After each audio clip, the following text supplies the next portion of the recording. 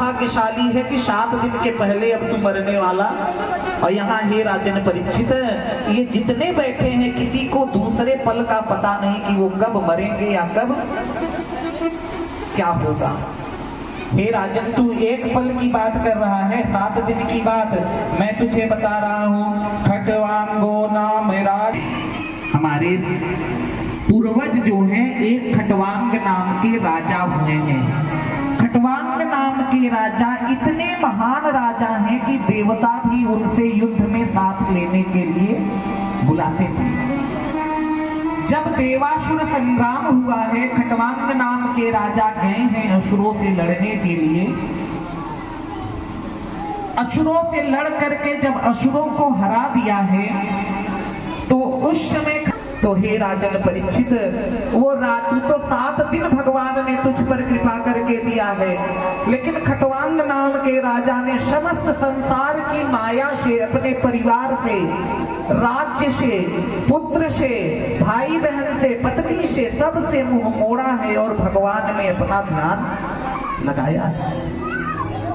और भगवान ने ध्यान लगा करके वह खटवांग नाम के जो राजा हैं एक घड़ी में ही भगवान को प्राप्त कर लिया। राजा तू तो फिर भी सौभाग्यशाली है कि तुझे 7 दिन मिला है। आगे परीक्षित कहता है, हे प्रभु मुझे बताइए भगवान ने सृष्टि कैसे करी और भगवान का व्यापक स्वरूप मुझे बताइए। तो कहते हैं, हे राजन परीक्षित, जो 7 भुवन नीचे हैं और 7 भुवन ऊपर हैं, वो 7 जो नीचे हैं ऊपर के, उसमें पाताल, जो पाताल लोक आप जानते हो ना, पाताल लोक जानते हो, हमारी बात हो रही थी तो उसमें आप सही कह रहे थे। 3 लोक होता है, 14 भुवन होता है, कभी कभी दिमाग से निकल जाता है। इन 3 लोकों के बीच में आकाश, पाताल और पृथ्वी के बीच में 14 भुवन होते हैं। नीचे जो है अतल, वितल, सुतल, तलातल, रसातल, महातल, तब यमराज की शय्यामिनी पुरी। मरने के बाद लोग कहते हैं स्वर्गवासी हो गए, स्वर्गवासी नहीं होते। पाताल के नीचे दक्षिण दिशा में 88,000 योजन नीचे यमराज की शय्यामिनी पुरी है, जहां पर उस मृत आत्मा को यम के दूत घसीटते हुए, मारते हुए लेकर के जाते हैं, जो पाप आत्मा होते हैं। आप लोगों को नहीं ले जाएंगे क्योंकि आप पुण्यात्मा हो, आपने भगवान की कथा 7 दिन बैठ करके शिवालय में सुनी है। जब यमराज के दूत आएंगे तो बोलना, ना ना, मैंने फाल्गुन मास में शंकर जी के सन्निधि में बट वृक्ष के नीचे, पीपल के नीचे बैठ करके 7 दिन भगवान की कथा श्रवण करी। जो पुण्यात्मा है उनको लेने के लिए भगवान के दूत आते हैं और वहां पर भगवान चित्रगुप्त रहते हैं, जो हमारे कर्म का लेखा जोखा लिखते रहते हैं। आपको लग रहा है कि हम इधर उधर कर रहे हैं, वो कोई नहीं लिख रहा। आपने दान दिया इस हाथ से, आपने दान दिया और उस दान में आपकी ये कामना है कि सारी दुनिया जाने कि हमने सबसे ज्यादा दान दिया। कथा में आपकी कामना क्या है कि सारी दुनिया जाने मेरा नाम सबसे ऊपर बोला जाए बार बार। तो यहां तो आपने दिया, लेकिन चित्रगुप्त भगवान के रजिस्टर में आपका वो दान 0 हो जाता है। इतनी सूक्ष्म गति होती है चित्रगुप्त भगवान की। और यही चित्रगुप्त भगवान आपके कर्मों का लेखा लिखते रहते। खैर भाई, टाइम नहीं, इस विषय में ज्यादा चर्चा नहीं करेंगे। तो कहें अतल, वितल, सुतल, तलातल, जो पाताल है वो भगवान का चरण है और ऊपर जो है वो भगवान के मुख है। पहला है आकाश, जो आकाश दिख रहा है, स्वर्गलोक, जनलोक, लाला तपलोक, सत्यलोक और इंद्रियादित देवताओं का जो लोक है, ये 7 ऊपर और 7 नीचे मिलकर के बनते हैं। बोल भक्तवत्सल भगवान की। इस प्रकार से परीक्षित ने पूछा कि हे प्रभु, भगवान किसकी पूजा पहले करनी चाहिए? तब भगवान सुखदेव कहते हैं, हे राजन परीक्षित, जब युधिष्ठिर ने अपना यज्ञ किया था तो उस समय सभी ने निश्चय किया कि भगवान नंद नंदन ही सबसे ज्यादा पूजनीय है। उस समय भगवान नंद नंदन की पूजा सबने की। तब फिर राजन परीक्षित कहता है, प्रभु मुझे बताइए सृष्टि की उत्पत्ति कैसे होती है, हम लोग कैसे उत्पन्न हो जाते हैं। इसके बीच में भैया राजन परीक्षित को भगवान सुखदेव कहते हैं, हे राजन परीक्षित, देव देव नमस्तुते भूत भावन पूर्वज त्वजीना ही अज्ञानमत्व निदर्शनम। एक बार की बात है, नारद जी गए हैं और परमात्मा से स्तुति करके पूछने लगे। नारद के वही बार बार प्रश्न करने पर ब्रह्मा जी ने नारद जी को बताया। देखो कथा में कई वक्ता होते हैं, कई जगह कथाएं चलती हैं, हम लोग उसको समझ नहीं पाते। जैसे पहले दिन सुना सूत जी महाराज 88,000 सनकादिक ऋषियों को सुना रहे हैं। फिर सुना नारद जी को सनकादिक ऋषि सुना, सनातन सनकादिक ऋषि सुना रहे हैं। फिर वही कथा गोकर्ण जी ने धुंधकारी को सुनाई, अब कथा सुखदेव जी परीक्षित को सुना रहे हैं। अब नारद जी को वही कथा भगवान ब्रह्मा सुना रहे हैं। क्या कहते हैं, हे राजन, हे भगवान ब्रह्मा ने प्रणाम किया है। तस्मै नमो भगवते वासुदेवाय धीमहि यन माया दुर्जया माम गुरुवन्ति जगत गुरु। हे नारद, तुम्हारे जैसे लोग जिसकी माया में विमोहित होने के कारण उन भगवान विचलित रहते हैं, हम जैसे और तुम जैसे लोग जिन भगवान की माया में विमोहित होकर के उन भगवान को विमोहित हो जाते, भगवान को हम याद नहीं करते। तो आपको लगता है क्या, आप चाहते हो कि हमें भगवान का याद न आए? आपको लगता है क्या? या कोई पत्नी ऐसी होगी कि जो चाहेगी कि मेरा पति को कोई सौतन अपने वश में कर ले? कोई ऐसी पत्नी हो तो हाथ उठाओ। कोई है माता? कोई माता ऐसी नहीं होती। उसी प्रकार भगवान की माया जो है वो भगवान की पत्नी है। वो माया कभी नहीं चाहती कि कोई हमारे पति को कोई अपने वश में कर ले। इसलिए वो माया महाठगनी हम जानी।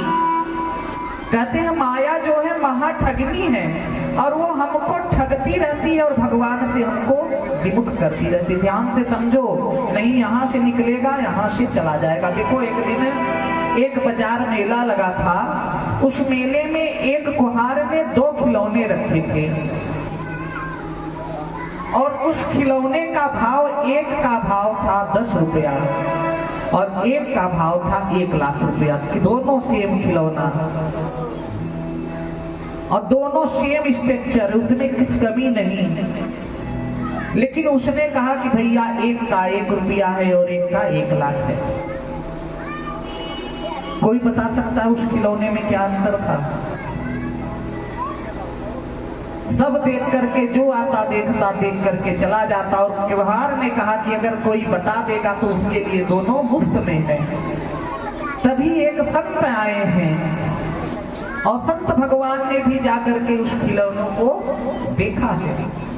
और देखने के बाद संत ने क्या किया, एक धागा लिया, शीका में उस धागा को लपेटा है और दोनों के कान में डाला है। जैसे ही पहले वाले के कान में डाला है तो उसका टीका इधर से और दूसरे कान से निकल गया, और जब दूसरे में डाला है तो क्या हुआ, वो टीका गया और जाकर के उसके हृदय में जाकर के स्थित हो गया। तो संत भगवान कहते हैं, हे कुम्हार, ये ऐसा खिलौना है तुम्हारा जिस प्रकार एक प्राणी भगवान की कथा को, ज्ञान को सुनता तो है लेकिन इस कान से सुनता है और इस कान से निकाल देता है, इसलिए इसकी कीमत 1 रुपया है। और ये दूसरा जो है वो सुनता है, श्रवणम कीर्तनम विष्णु स्मरणम पाद सेवनम, वो सुनता है लेकिन वो सुनने के बाद श्रवणम, उस कथा को अपने हृदय में हृदयस्थ करता है और बाद में कीर्तन करता है और बताए गए अनुसार भगवान का चिंतन करता है, पाद सेवन करता है, इसलिए इसकी कीमत 1 लाख और इसकी कीमत 1 रुपया। भैया बस सुनने का भाव है। जिन्हीं हरि कथा सुनी नहीं काना और श्रवणारंध्र यही भवन समाना। भगवान भोलेनाथ कहते हैं, हे पार्वती, जिसने भगवान की कथा को अपने कान से नहीं सुना उसके कान कैसे हैं? उसके कान ऐसे हैं मानो सर्प के बिल के समान हैं। अच्छा बताओ, अगर सर्प किसी बिल में रहता है तो वो लैट्रिन बाथरूम करने या मलमूत्र त्याग करने बाहर जाएगा क्या? उसी बिल में वो करता है। तो जिसके कान में भगवान की कथा नहीं गई, और कहते हैं कि जिसकी जिह्वा ने कभी राम नाम नहीं रटा उसकी जिह्वा कैसे है? जिह्वा शोदादुर जीह समाना। उसकी जिह्वा मेढक के समान है, दिन भर टर टर टर टर करता रहता है। इसलिए भैया जरि जावे जिह्वा पापिनी राम के बिना। कहते हैं कि ऐसी जिह्वा जो है वो जिह्वा जर करके मर क्यों नहीं जाती राम के बिना? हमारे माघ मेला में एक महाराज जी आते हैं, बड़े बड़े संत आते हैं माघ मेला में। ऐसे संत आते हैं कि आपका पूरा गांव कम पड़ जाएगा। लेकिन उसी माघ मेला, उसी कुंभ मेला में तपस्वी संत आते हैं और उनका नाम नियम है, नित्य 1.25 लाख राम नाम जप करते हैं। उसके बाद 5 पंडाल में जहां कल्पवासी कल्पवास कर रहे हैं उनसे कुछ भिक्षा लिया, बनाया, पाया, और उनका देखते हैं कि जब उनकी जिह्वा से राम नाम नहीं आता तो अपने मत्थे को पीटने लगते हैं, कह कह सीताराम, कह कह सीताराम। मतलब एक क्षण का भी विस्मय हुआ तो अपने मत्थे को ऐसे पीटते हैं कि अरे मेरी जिह्वा सीताराम सीताराम कहे। लेकिन हम क्या हैं? हमको तो लगता है कि आज की स्थिति ऐसी है बच्चों में कि पूरे पूरे दिन एक बार भी राम नाम मुख से जन्म जन्म मुनि यतने कराही और अंत राम कहीं आवत नाही। जन्म जन्मांतर तक ऋषि मुनि यत्न करते रहते हैं लेकिन आखिरी समय में राम नाम नहीं आता। जब भगवान के सामने खड़े हुआ करो तो बोला करो कि हे नाथ, धर्म न अर्थ न काम रुचि गति न चाहूं निर्माण। हे प्रभु, ना तो मुझको धर्म चाहिए, मैं कोई धर्म नहीं चाहता, ना तो मुझको अर्थ चाहिए, ना इस पूजा का फल मुझे अर्थ भी मत दो नाथ, और गति न चाहूं निर्माण, मुझे मोक्ष भी मत देना। भगवान के तब चाहता क्या है तू? और जन्म जन्म रति राम जी पद दूसर वर नहीं आन। हे भगवान, जय जन्म जोनि कर्म वश, जिस जन्म में, जिस कर्म में, जिस योनि में मैं रहूं नाथ, आपके चरणों की जन्म जन्म रति राम पद दूसर वर नहीं आन। फिर कहते हैं कि हे भगवान, कामी ही नारी प्यारी जिमी और लोभी ही जिमी प्रिय दाम, और तैसे ताही निरंतर मोहे प्रिय लागहि सिया राम। हे भगवान, जिस प्रकार एक कामी व्यक्ति को स्त्री अत्यंत प्रिय रहती है, जो कामी व्यक्ति है वो अपनी पत्नी से खुश नहीं होता, उधर मुंह मारता फिरता है, उसी प्रकार भगवान मेरी गति हो। और जिस प्रकार एक कंजूस को, लोभी को दाम पैसा प्रिय होता है, तैसे ताहि निरंतर प्रिय लागहु सिया राम। हे भगवान, उसी प्रकार राधे श्याम आप मुझे प्रिय लागो। और बार बार भगवान भोलेनाथ कहते हैं, बार बार बर मांग हूँ और हर्षि देव श्री रंग। ध्यान से सुनिए सब लोग, नहीं दिमाग से निकलता जाएगा।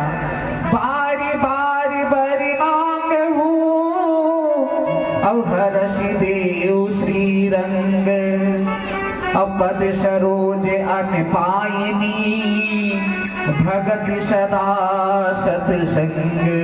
जब राम जी का राज्याभिषेक हुआ है, सारे देवता आकर के राम जी को वंदन करते हैं, प्रणाम करते हैं। फिर शिव जी भी आए हैं और शिव जी ने हाथ जोड़ करके भगवान से क्या मांगा? हमको मांगना तो आता नहीं है। शिव जी मांगते हैं, हे राम जी बार बार वर मांगहूं, अगर आप मुझे वरदान देना चाहते हैं तो मैं बार बार यही वरदान मांगता हूँ प्रभु, हर्षित हो करके मुझे दीजिए। बोले क्या चाहते हैं प्रभु भोलेनाथ? पद सरोज अन पाइनी, हे नाथ मुझे आपके चरणों की अनपायनी भक्ति मिल जाए, मेरी गति जहां भी रहे आपके चरणों में लगी रहे। और भगति सदा सत्संग, मुझे कुछ नहीं चाहिए, मैं नित्य आपकी भक्ति में लीन रहूं और नित्य मुझे सत्संग मिलती रहे, आपकी कथा मिलती रहे। राम आएंगे आएंगे, राम आएंगे, लेकिन राम आएंगे कैसे?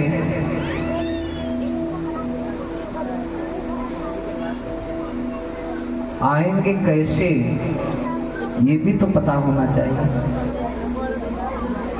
निर्मल मन जन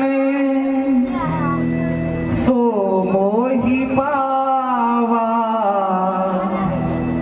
मोहि कपट छल छिद्र न भावा।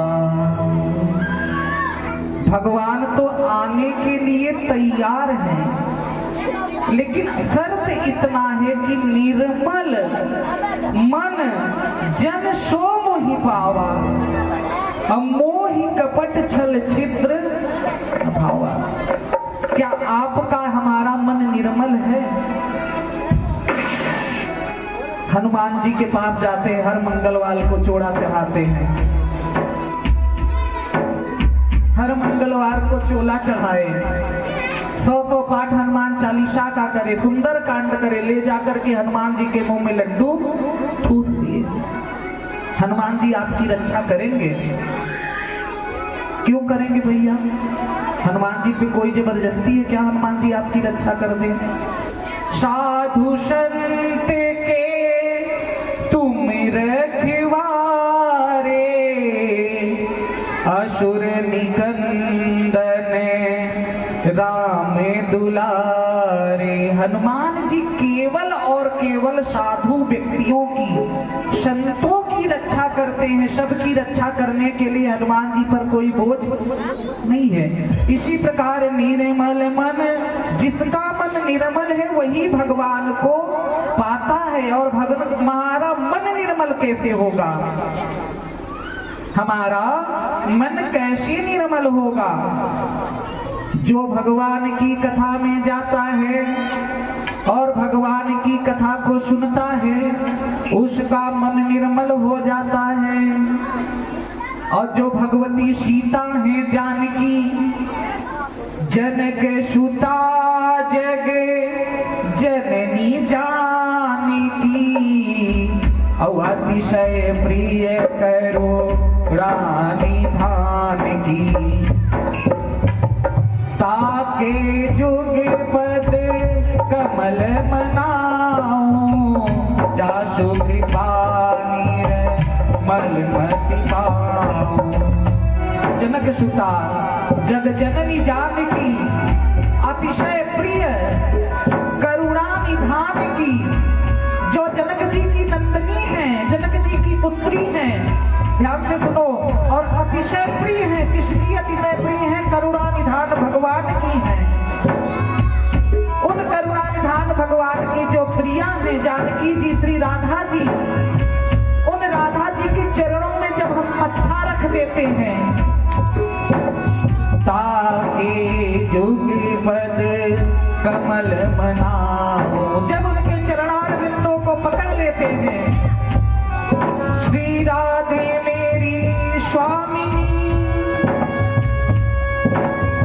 मैं राधे जुको दास।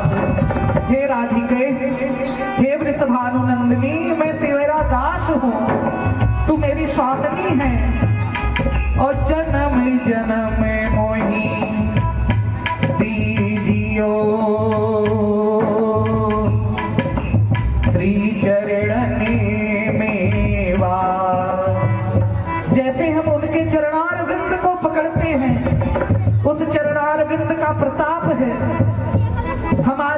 मति निर्मल हो जाती है, और जब हमारी मति निर्मल हो गई तो भगवान उसको स्वीकार कर लेते हैं। शशि किरण समाना, चंद्रमा की जो किरण है वो निर्मल होती है, उसी प्रकार रामचरित शशि किरण समाना,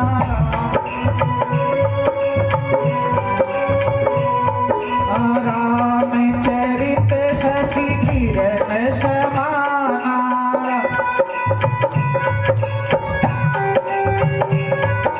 संत चकोर करई देहि माना,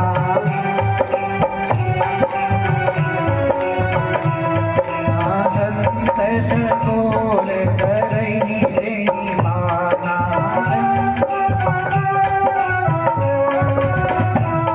उसी प्रकार भगवान का चरित्र शशि के किरण के समान निर्मल है, और हमको चकोर होना है। जैसे संत बैठ करके कथा का पाठ करते हैं, उस प्रकार से जब हम कथा का पाठ करते हैं तो हमारी मति और निर्मल हो जाती है, और जैसे ही हमारी मति निर्मल होती है भगवान हमको मिल जाते हैं।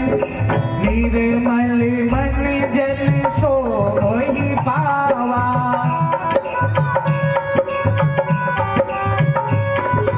निर्मल मन जन सोई पावा, निर्मल मन जन सोई पावा, मोहि कपट छल छिद्र न भावा, मोहि कपट छल छिद्र न भावा, मोहि कपट छल छिद्र न भावा, मोहि कपट छल छिद्र न भावा।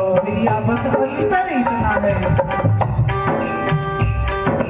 घट घट में जो करही अनंता, ताकर नाम सच्चिदानंदा। भगवान हमसे दूर, वो हमारे घट में ही है, लेकिन हमारी मति उतनी निर्मल नहीं हो पाती कि भगवान को हरि व्यापक सर्वत्र समाना, हरि व्यापक सर्वत्र श्यामा, हरि व्यापक सर्वत्र समाना, हरि व्यापक सर्वत्र समाना, प्रेम से प्रकट होई मैं जाना,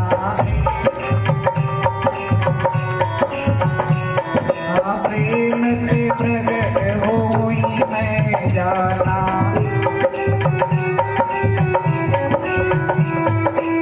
हरि व्यापक सर्वत्र समाना, प्रेम से प्रकट होई मैं जाना।